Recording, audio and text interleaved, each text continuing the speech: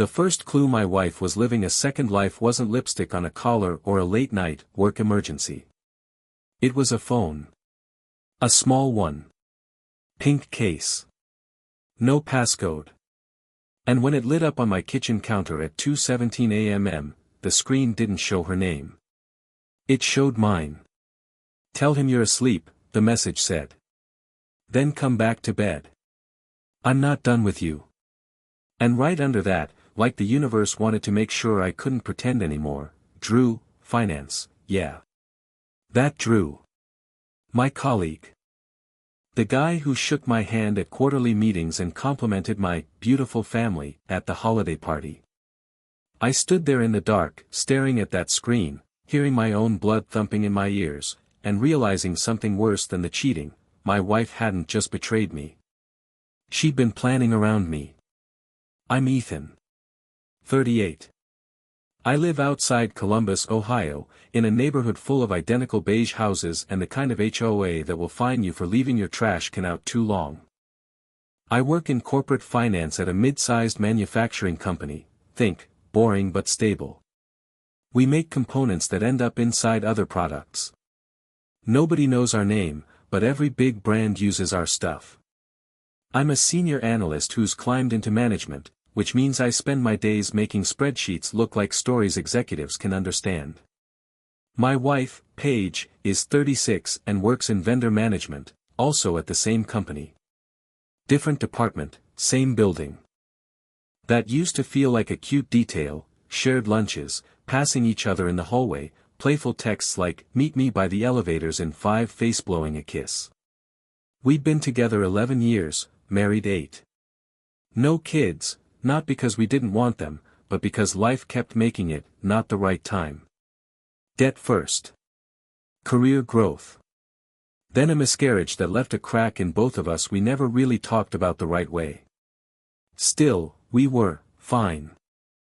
We were fine in the way a lot of couples are fine: two people with a routine, a shared mortgage, shared friends, shared streaming accounts, shared jokes. Then Paige started acting like our home was a waiting room.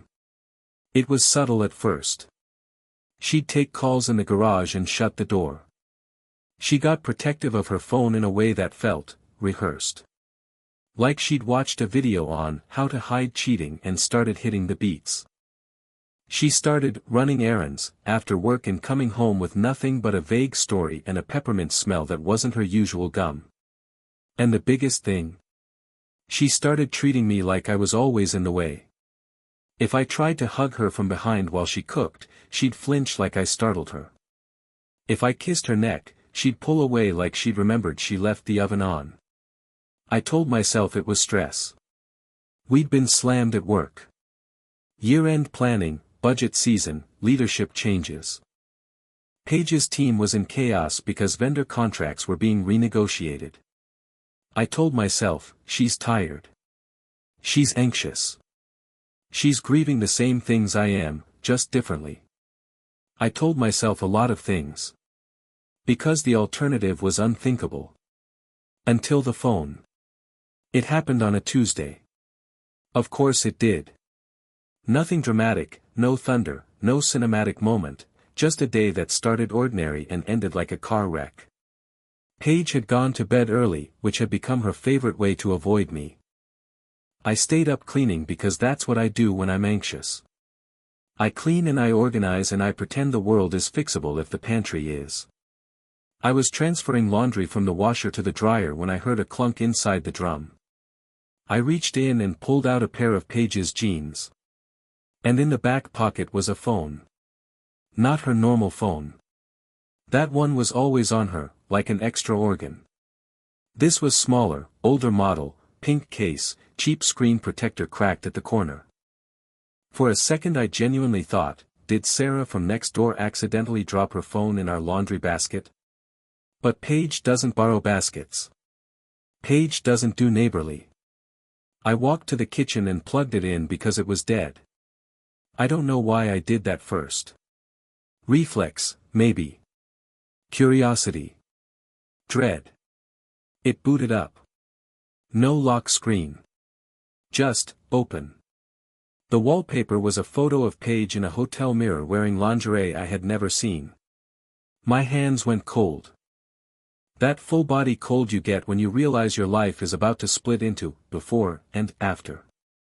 Then messages started popping up like little bombs. A contact labeled D at first, then full name in the thread. Drew Kessler. Drew was a manager in internal controls. A guy who sat in meetings talking about compliance and ethics with the calm confidence of someone who thought rules were for other people. Their messages weren't even coy. They were brazen. Paige, he's downstairs. Act normal. Drew, I'm always normal. You're the one shaking. Paige, because you make me feel insane. Drew, good. I like you like that. Paige, Friday. Same hotel. 7:30, Drew, bring the blue dress. The one that makes you look like you're lying. I remember that line because it hit me like a slap. The one that makes you look like you're lying. Because that's what she'd been doing. Wearing a dress in my house, kissing my cheek, asking if I wanted tacos for dinner. While she ran back and forth between two lives like she was changing outfits. My vision narrowed. I sat down at the kitchen table and scrolled with my thumb like a zombie. Photos. Selfies. Hotel receipts. And then, because betrayal is never content to stay in one lane, I saw something else. Screenshots of spreadsheets. Not personal ones. Company ones. Vendor payment schedules. Purchase orders. Invoice approvals. Messages like, Drew, push the approval through today. Audit window closes Friday. Paige, already did. You owe me.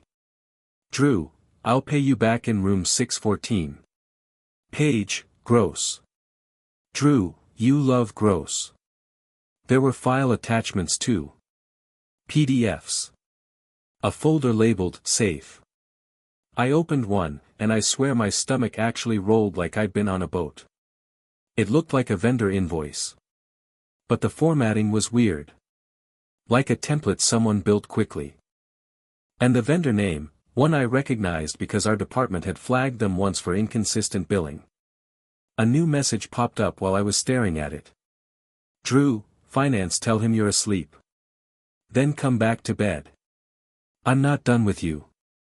That's when the phone lit the room like a spotlight and turned me into a man standing in his own kitchen at 2 a.m., holding a stranger's life in his hand. I didn't scream. I didn't cry. I just started shaking. Not dramatic shaking. The quiet kind. Like your body is trying to reject what your mind just swallowed. I went upstairs and looked at Paige asleep in our bed, her face relaxed, one arm thrown across my pillow like she owned it. And I had this thought that made me feel almost sick with rage, she's sleeping like someone who believes she's safe. I didn't confront her that night. I know some people would have stormed in, thrown the phone at her face, demanded answers. But there was something about that other thread, those invoices, that scared me into patience. Cheating destroys a marriage. Fraud destroys a life. And Paige had both fingerprints all over it. So I waited until morning. I made coffee. I watched the sun come up like the world hadn't just ended. Paige walked into the kitchen wearing my hoodie, rubbing sleep out of her eyes like she was an innocent person waking up into a normal day. Morning, she said, leaning in to kiss me. I moved my head away so fast she blinked like I'd slapped her. What's wrong? She asked, already defensive. I placed the second phone on the counter between us. Her eyes locked on it and I watched her face do this quick flicker, like a mask slipping for half a second. Then it snapped back into place. Where did you get that? She asked, too calm. Your jeans, I said. My voice sounded strange to me, like it belonged to a different man. In the laundry. She stared at it like it was a snake. That's not mine. I laughed. Just one sharp sound. Paige. She crossed her arms. Ethan, I don't know what you think you found, don't, I cut in. Don't start with, it's not what you think. I saw the wallpaper. Her throat moved like she swallowed something hard. It's complicated, she said. Is Drew complicated too? That name landed in the room like a brick. Paige's eyes widened and for the first time, real fear cracked through. You went through my stuff. She hissed, like I was the criminal. I went through the phone you hid in your jeans, I said.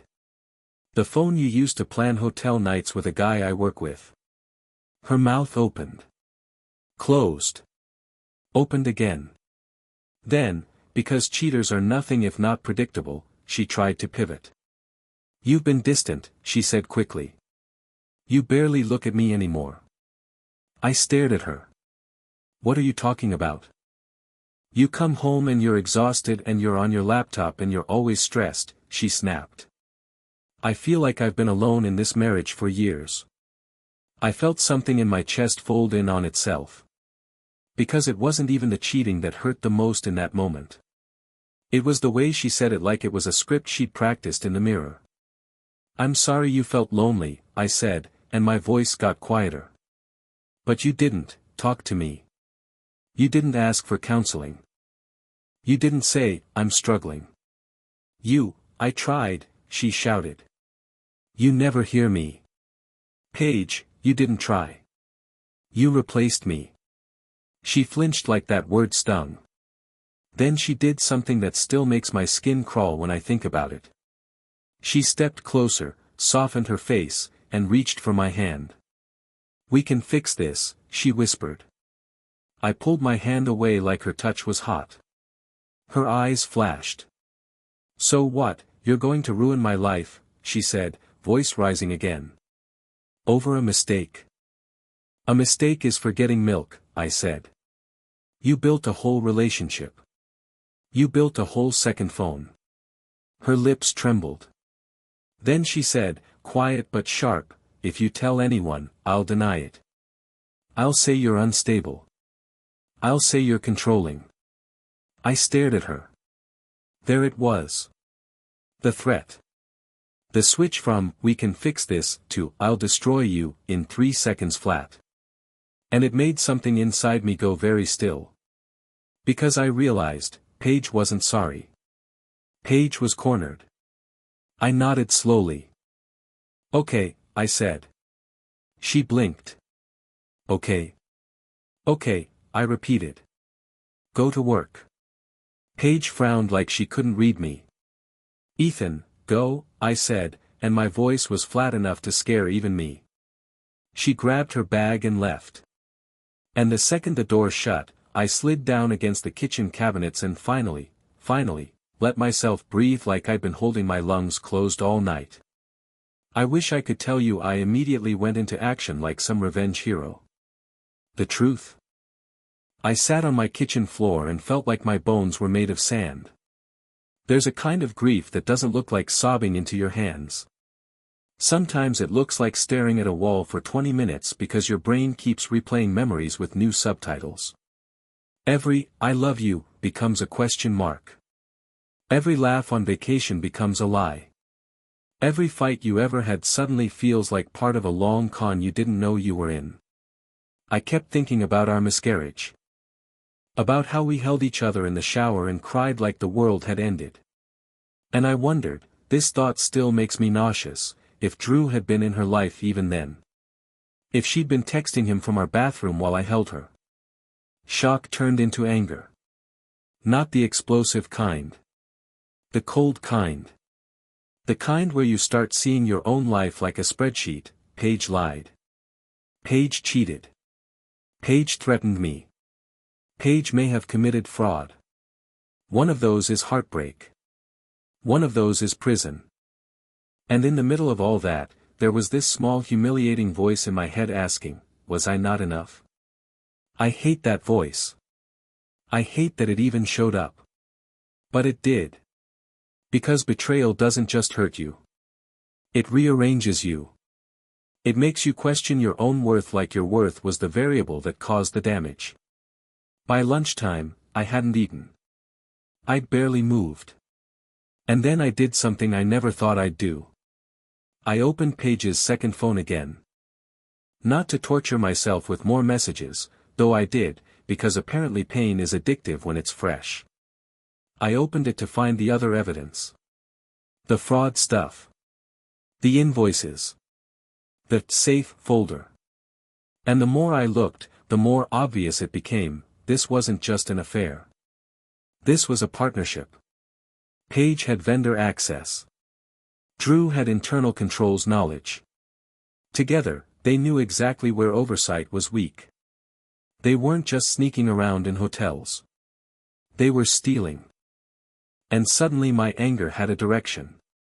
Not revenge. Justice. Because if Paige wanted to threaten me with lies, I needed something stronger than screenshots of hotel texts. I needed something that would stand up in daylight. By late afternoon, I had made two decisions. I was not saving this marriage. I was not going down with her. I did not want some messy divorce where she painted me as unstable and she walked away with half the house while still sleeping with my coworker. And I definitely did not want my name anywhere near a fraud case if things blew up and investigators started looking at, who knew what. So I did what every corporate drone is trained to do when they see unethical behavior, I went to policy. But not directly. Not yet. First, I needed someone else who had the same stake I did, someone who wouldn't look at me like I was a jealous husband spinning stories. I needed a witness with their own heartbreak. So I looked up Drew's emergency contact in the company directory. That's how I found her name, Marissa Kessler. I didn't call right away. My hands hovered over my phone like it weighed 50 pounds. Because calling her meant making it real. It meant dragging another person into the same burning house. But she deserved to know. And selfishly, I needed her. I waited until after work hours. Then I called. She answered on the second ring. Hello. My mouth was dry. Marissa? Hi. My name is Ethan. I work with Drew. Silence. Then, is he okay? That one question told me everything. She still thought she had a normal life. I swallowed. He's physically fine, I said. But I need to tell you something, and I'm so sorry to be the one doing it. Another silence, heavier. What did he do? She whispered. I closed my eyes. He's having an affair. With my wife. Her name is Paige. I heard a sound like she sucked in air too sharply. Like she'd been punched. No, she said immediately, like denial was a reflex. No, Drew wouldn't, I have proof, I said softly. Screenshots. Messages. Hotel receipts. A long pause. Then, quiet, broken, how long? I don't know exactly, I admitted. Months, at least. I expected sobbing. Screaming. What I got was something scarier. A calm voice that sounded like it came from someplace deep and dark. Send it, she said. What? The proof, she repeated. Send it to me. I hesitated. Marissa, Ethan, she cut in, and her voice tightened, I'm not asking because I want to cry into a glass of wine. I'm asking because if I'm about to lose my marriage, I'm not losing the truth with it. That was when I realized Marissa wasn't fragile. Marissa was steel. So I sent her a few screenshots, enough to remove doubt, not enough to blow my whole file in one text thread. When she replied, it was one line, meet me. Tomorrow. Lunch. I know a place. We met at a Panera off the highway, because of course we did. Nothing says, two strangers bonding over betrayal, like soup in a chain restaurant with bad lighting. Marissa walked in like she'd aged 5 years overnight. She was pretty, dark hair pulled into a tight bun, sharp cheekbones, the kind of face that made you think she'd been the organized one in the marriage. She sat down across from me and didn't waste time. Show me everything, she said. So I did. I opened my laptop and my phone. I laid out the affair timeline. The hotel receipts. The messages. Her eyes didn't tear up. They narrowed. Then I opened the folder with the invoices. And for the first time, Marissa's composure cracked, not into sadness, but into alarm. "What is that?" she asked. "Vendor invoices," I said. Paige and Drew were passing approvals around. "It looks like fake billing." Marissa leaned closer, scanning the document. Then she whispered, like she couldn't believe the words, "Drew handles internal controls." "I know." She sat back slowly. Her hands were shaking now. "My husband," she said, voice low, "lectures our kids about honesty. He makes them return extra change if a cashier messes up. He told me once he'd rather be poor than crooked." I didn't say anything. "There's nothing you can say to that." Marissa's jaw tightened. "If he's stealing from the company too," I nodded. "That's why I waited. If we confront them without leverage, they'll spin it. Hide it. Destroy evidence. And if they're doing fraud, they'll burn us to protect themselves." Marissa's eyes met mine. "So what do we do?" And that's when the plan formed, not in a dramatic movie way, but in a quiet corporate way, the way real consequences happen, through systems. Policies. Audits. I lowered my voice. "Our company has an ethics hotline." Marissa's lips pressed together. "Anonymous?" "Yes." "An internal audit has been itching for an excuse to do a vendor review," I added. "We've had discrepancies flagged before. If someone tips them with specifics, vendor name, invoice patterns, approval dates, they'll open an investigation. And once audit is involved, Drew can't just wave it away. He's not their boss." Marissa stared at her untouched soup like it was suddenly the least important thing in the world. Then she said, with a steadiness that made my spine chill, "Let's set the trap. Here's the thing about people who think they're smarter than everyone else, they get sloppy. Drew and Paige had that vibe in their messages, this private little world where they weren't just lovers, they were co-conspirators. It wasn't just sex. It was superiority. The thrill of getting away with it. Marissa and I decided we weren't going to storm into HR like angry spouses. We were going to let the company do what it does best, follow money. That week, we did 3 things. We gathered evidence, screenshots, vendor docs, timelines, and stored it in multiple places, offline, cloud, printed copies in sealed envelopes. We both consulted divorce attorneys quietly, just to understand our options before anyone started spinning narratives. We prepared an anonymous ethics report with very specific, verifiable details, enough for internal audit to open a case without us attaching our names. And because my life apparently needed extra cruelty, I still had to see Paige every day. She acted normal. She texted me, "Want me to pick up dinner?" She sent me a heart emoji. She asked if I'd seen her favorite travel mug. Meanwhile, her second phone stayed hidden in her work tote, lighting up with Drew's messages like a heartbeat. The only difference? She watched me more closely, like she was trying to figure out if I was a threat. One night, she cornered me in the hallway. "You've been weird," she said. I kept my face blank. "I'm tired." She stepped closer, eyes sharp. "Did you tell anyone?" I met her gaze. "Tell anyone what?" She held my stare for a long moment, like she was deciding whether to believe me. Then she smiled, small, cold. "Okay," she said. "Just checking." And she walked away, leaving me standing there thinking, if you only knew what was coming. By Friday, the ethics report had been filed. Internal audit had opened a vendor review. A routine, corporate audit, dry, procedural, boring on paper, was now a loaded gun pointed straight at Drew and Paige's double life. Marissa texted me that night, "They're still meeting at the hotel." Then another message came in a minute later, "Let them." I looked upstairs at Paige, laughing softly at something on her phone like she didn't have a care in the world. And for the first time since that second phone lit up my kitchen at 2:17 a.m., I felt something other than grief. I felt certainty. Because the trap wasn't about catching them in bed. It was about catching them in the one place they couldn't talk their way out of, the numbers. And numbers don't care how charming you are. They don't care what excuse you practice.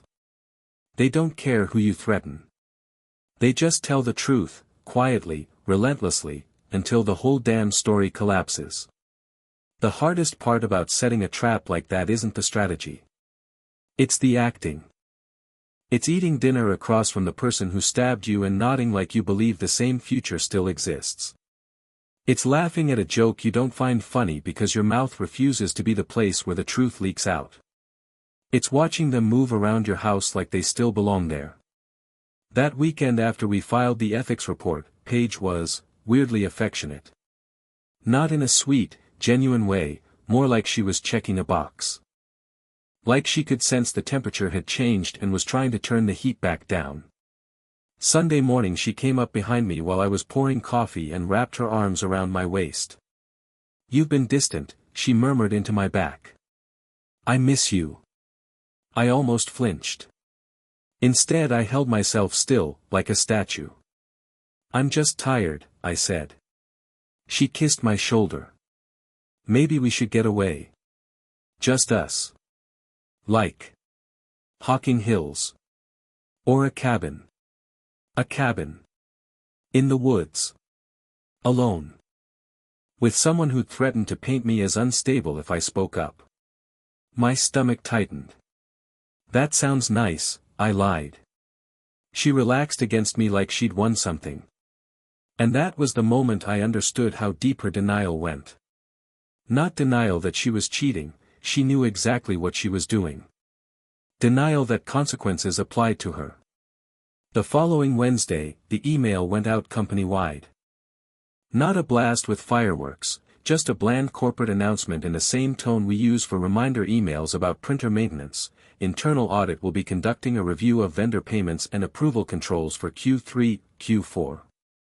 Team members may be contacted for routine interviews. Routine. That word made me almost laugh out loud at my desk. I watched from my cubicle as people reacted like it was weather. Some rolled their eyes. Some sighed. Someone said, "Ugh, audits." Paige walked by my row on her way to the break room.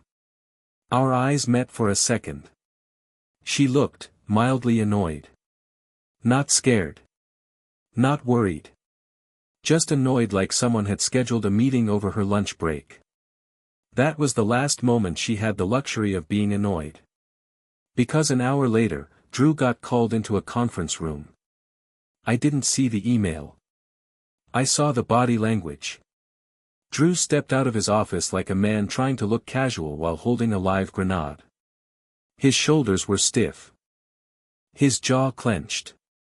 He was doing that thing people do when they know they're being watched, and they overcorrect their expression into something neutral. He passed my desk and nodded. "Ethan," he said, voice smooth. "Drew," I replied, matching his tone like we were just coworkers. His eyes flicked away too quickly. Then he disappeared into conference room B with an auditor named Karen and a guy from compliance I'd never seen before. I stared at the glass wall like it was a TV. Marissa texted me 30 minutes later, "He got pulled into a meeting." He just texted me, "Audit stuff." His hands were shaking. My fingers hovered over my phone. I typed, "Stay calm. Don't show your hand." Then I deleted it and sent something softer, "You okay?" She responded, "No. But I'm ready. I want to be honest about something. Revenge didn't feel good the way movies make it look. It didn't feel like power. It felt like nausea and insomnia and this constant buzzing under my skin. Because even though I wanted accountability, a part of me still had to grieve what I thought my life was. I'd catch myself looking at Paige across the living room and remembering a version of her from years ago, barefoot in our first apartment, singing off-key while she made spaghetti, dancing with me in the kitchen when we were too broke to go out. And my brain would do this awful thing where it tried to splice the old footage with the new footage. Her laughing in our kitchen plus her lingerie mirror photo. Her hand in mine at my dad's funeral plus her texting, "Tell him you're asleep." It made me feel like I was losing my mind. There were nights I'd lie awake and stare at the ceiling, listening to Paige breathe, and I'd think, I'm sleeping next to someone who would ruin me if it protected her. That thought will change you. It takes the softness out of you. It takes the "maybe we can work it out" fantasies and throws them into a shredder. By week 2 of the audit, I stopped feeling like a husband and started feeling like a survivor. I began locking my personal documents in my office drawer. I moved half my savings into a separate account at my attorney's advice. I scanned our mortgage paperwork. I took photos of valuables. I hated that I had to do that. But Paige had already proven she'd weaponize reality. So I treated her like a person capable of anything. The day Paige got pulled into a meeting, it was like watching a deer step onto a highway. She was in the break room when her team's notification chimed. I heard it from across the room. Our office is open concept, so sound travels. She glanced at her screen, and I saw her posture change. Not dramatic. Just a tiny stiffening, like her body recognized danger before her face did. She stood up and walked toward conference room D. As she passed my desk, her eyes flicked to me for half a second. And I swear to God, in that half second, I saw it, not guilt. Not remorse. Fear. She disappeared into the room with Karen, the auditor, and the compliance guy. The door shut. And I sat there pretending to work while my heart hammered like I'd sprinted upstairs. Marissa texted me almost immediately, "I just got an email too. Karen wants to review some documentation with me." That surprised me. Marissa didn't work at our company, but she'd mentioned once she did bookkeeping for a medical practice.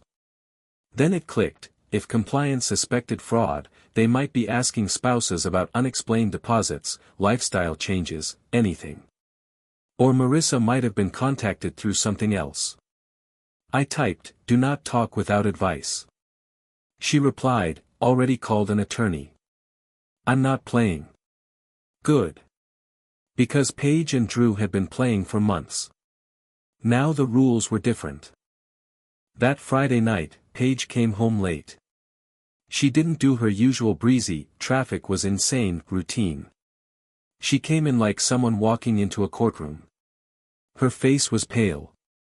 Her eyes were glassy, like she'd been crying in her car and tried to fix it with mascara. She didn't take off her shoes. She just stood in the entryway and said, "We need to talk." I was sitting on the couch with my laptop open, but I wasn't working. I was watching the front door like a man waiting for the other shoe to drop.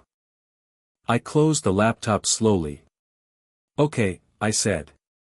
She walked into the living room and sat on the edge of the armchair, hands clasped so tightly her knuckles looked white. "They're auditing vendor approvals," she said, voice strained. "And apparently someone reported concerns." I stayed quiet. "They asked about Drew," she continued, and her eyes flicked up to mine like she was checking if I already knew. "They asked if I'd ever interacted with him outside of work." My stomach clenched anyway, even though I'd been waiting for this. "What did you say?" I asked. "I said no," she said too quickly. "Obviously." I nodded once. "Obviously." She swallowed. "Ethan, I think someone is trying to sabotage us." That word. Us. Like we were still a team. Like I hadn't already buried the marriage in my head and started picking out a headstone. "Why would someone sabotage you?" I asked, keeping my voice calm. Paige blinked rapidly. Because people are jealous. You know how it is. People get bitter. They see what? I pressed. She hesitated. And then she did the thing I had come to recognize as her signature move, she tried to rewrite the story. Maybe I've been checked out, she said, eyes filling with tears like she was auditioning for sympathy. Maybe I've been unhappy. But it's not like I did anything unforgivable. I stared at her for a long moment. Then I stood up, walked to the kitchen drawer, and pulled out the pink-cased phone I'd kept hidden. I came back into the living room and set it on the coffee table between us. Paige's face collapsed like a building. "No," she whispered. I didn't shout. I didn't gloat. I just said, "Tell me the truth." Her lips trembled. She looked like she wanted to run, but her body stayed frozen. "How long?" I asked. She shook her head like the question was unfair. "Paige," I said, voice firm. "How long?" Her eyes darted away. "A few months," she whispered. I let out a breath that tasted like metal. "And Drew?" I asked. She flinched at his name. It just happened." I laughed quietly. "It just happened. With a second phone. And hotel nights. And lingerie photos. It just happened." Her tears started falling. "I didn't mean for it to go this far." "Did you mean to threaten me?" I asked. She froze. "Because you did," I said. "You told me you'd deny it and tell people I'm unstable." Her face twisted. "I was scared." "You weren't scared of hurting me," I said. "You were scared of getting caught." She sobbed, and for a second, just a second, I felt that old instinct to comfort her. Then my brain replayed that text, "Tell him you're asleep." And the comfort died in my throat. Paige wiped her face and looked up at me with this desperate intensity. "We can fix this," she said again. "Please." "Ethan, I made a mistake. I was lonely." "You weren't," I held up my hand. "No," I said softly. She blinked. "No?" she echoed, like she couldn't compute it. "I'm done," I said. "I'm not fixing something you broke on purpose." Her mouth opened, and I could see her mind racing, calculating, pivoting, reaching for the next strategy. Then she said, "If you tell the company." "I already did," I said. The words landed like a gunshot. Paige's face went blank.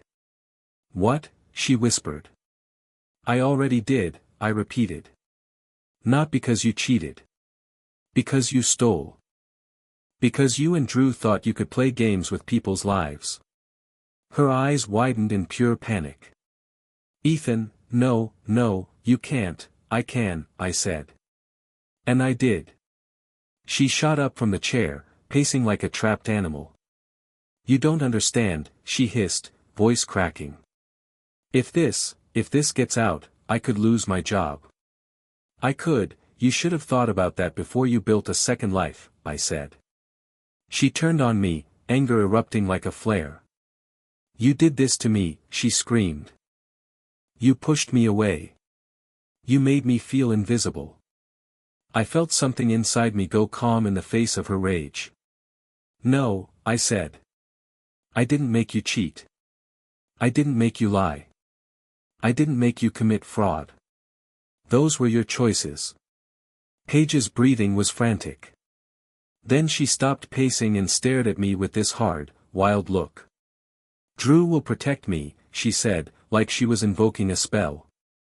I almost smiled. "Drew is protecting Drew," I said. "Always has." And that's when Paige's fear turned into something else, realization. The kind that comes right before everything falls apart. The next Monday was the kind of day where the air in the office feels too sharp. Karen from internal audit was everywhere. Compliance was in and out of conference rooms. People whispered near the printers. At 10:13 a.m., Drew was escorted out. Not in handcuffs. Not dramatic. But there was a security guard with him, and Drew's face was the color of paper. He didn't look at anyone. He just walked, carrying a box with his office stuff like a man who'd been evicted from his own identity. At 10:46 a.m., Paige got called in. At 11:30 a.m., she walked back to her desk, grabbed her purse, and left without making eye contact with a single person. I got a Teams message from HR at 1 p.m. Ethan, we'd like to schedule a brief meeting regarding the ongoing audit review. I'd been expecting it, but my stomach still dropped. The meeting was sterile. 2 HR reps, Karen, and compliance guy. They asked me if I was aware of any irregularities, if I'd noticed anything strange, if anyone had pressured me to approve expenses. I told the truth without oversharing. I became aware of potential irregularities, I said carefully. And I reported them through the appropriate channel. Karen nodded like she'd already known that. Then compliance guy asked, were you aware of an inappropriate personal relationship between Drew Kessler and Paige, last name? The air in the room changed. I swallowed. Yes, I said. I became aware recently. Do you have documentation? Karen asked. Yes, I said. But I would prefer to provide it through legal counsel. And that's the thing people don't tell you, when fraud is involved, everything becomes legal very fast. They didn't argue. They nodded. They thanked me. They dismissed me like I just participated in a fire drill. I walked out of that room and sat in my car for 10 minutes, hands on the steering wheel, just breathing. Because even though I wanted this, even though I'd orchestrated the trap, watching it become real was like watching a building collapse that you used to live in. That evening, Paige came home with red eyes and a face so tight it looked painful. She didn't speak at first. She walked straight upstairs, shut the bedroom door, and I heard drawers opening and closing. When she came back down, she had a suitcase. I'm going to my sister's, she said, voice hoarse. I leaned against the kitchen counter, arms crossed. Okay. She stared at me like she was waiting for me to beg her not to go. When I didn't, her face twisted. You're really doing this, she whispered. You did this, I said. She shook her head, tears spilling again. I never thought you'd ruin me. Those words. Ruin me. Not, I'm sorry. Not, I hurt you. Just, I can't believe you didn't protect me from consequences. I didn't ruin you, I said quietly. I stopped covering for you. She looked like she wanted to scream, but instead she grabbed her suitcase and left. The house got quiet in a way that felt unfamiliar. And for the first time in months, I slept. Not perfectly. I still woke up at 3 a.m., out of habit. But the air was different without her in it. It felt honest. The next morning I met with my attorney and filed. I didn't do it to be dramatic. I did it because waiting would only give Paige time to craft a narrative where she was the victim and I was the villain. She tried to text me later, Paige, can we please talk? I'm scared. Paige, Drew isn't answering. Paige, Ethan, please. I don't know what to do. I stared at those messages for a long time. Then I typed one sentence, I'm not your emergency contact anymore. And I put my phone face down. Marissa and I kept in touch through all of it, not in a weird emotional affair way, more like two people in the same storm, shouting directions across the wind. She told me Drew came home late one night, sweaty and frantic, and tried to act normal. Then she showed him the screenshots. She said his face went blank, and he didn't deny it. He just said, how did you get that? And Marissa told him, you're not as smart as you think. She filed too. She also told me something that made my blood run cold. Drew had moved money around. He'd been funneling payments through a fake vendor, then into an account he controlled. Paige had helped push approvals. They weren't just making mistakes. They were stealing thousands. Possibly more. And the corporate audit had turned into something bigger, external forensic accountants, legal review, potential criminal referral. When people say, a corporate audit, they picture accountants in sweaters. What it really is, when fraud is suspected, is a machine. A cold, methodical machine that follows paper trails until they end in someone's hands. Paige tried to come back 3 weeks later. Not physically. Emotionally. She showed up in my driveway on a Sunday afternoon, hair messy, sunglasses on even though it was cloudy. I opened the door and saw her standing there holding her phone like a lifeline. "Ethan," she said, voice small. "Can we talk?" I stepped outside and closed the door behind me. "What do you want?"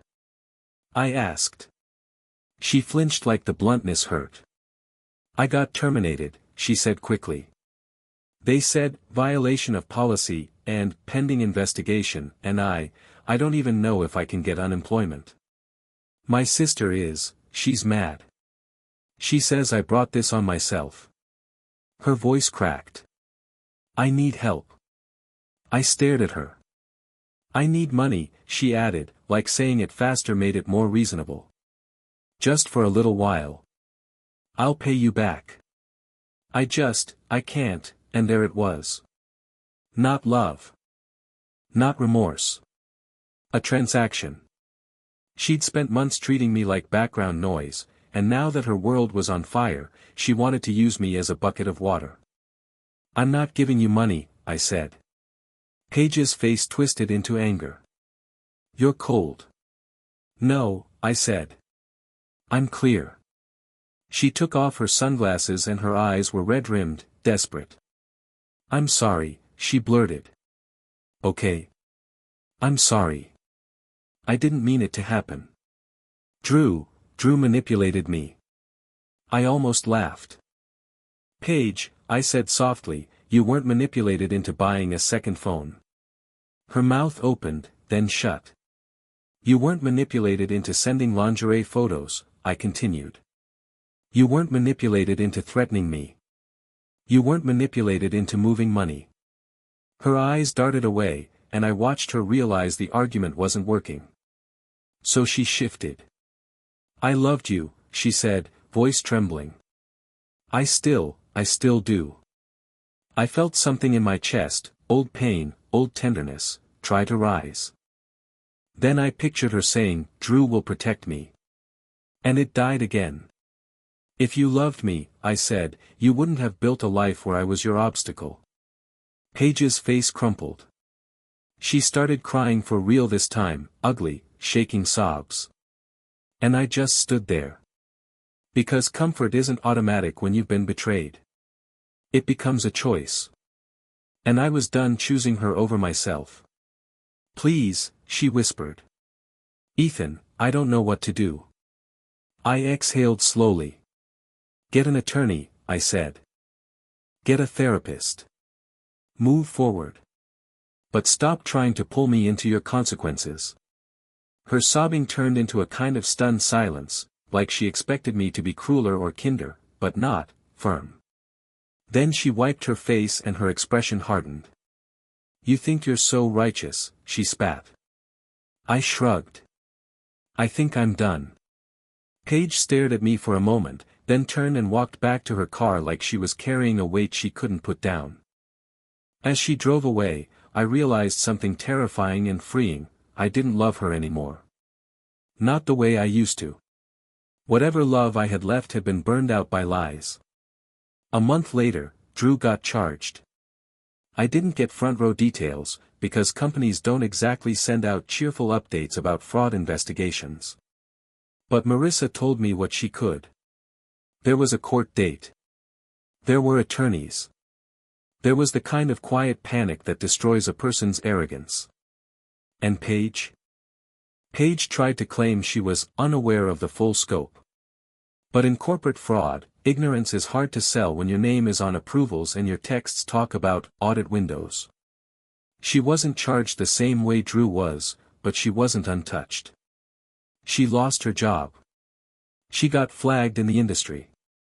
Vendor management is a small world, and word travels in ways that don't leave a paper trail. She tried applying at a few places.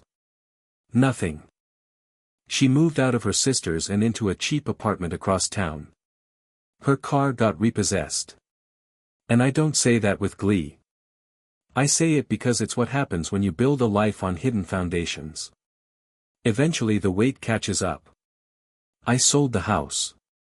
Not because I had to, but because I couldn't breathe in it anymore. Every corner had a memory. Every room felt like a reenactment. I found a smaller place, 2-bedroom townhome closer to the city, near a park with a walking trail. It wasn't fancy. But it was mine. I started therapy.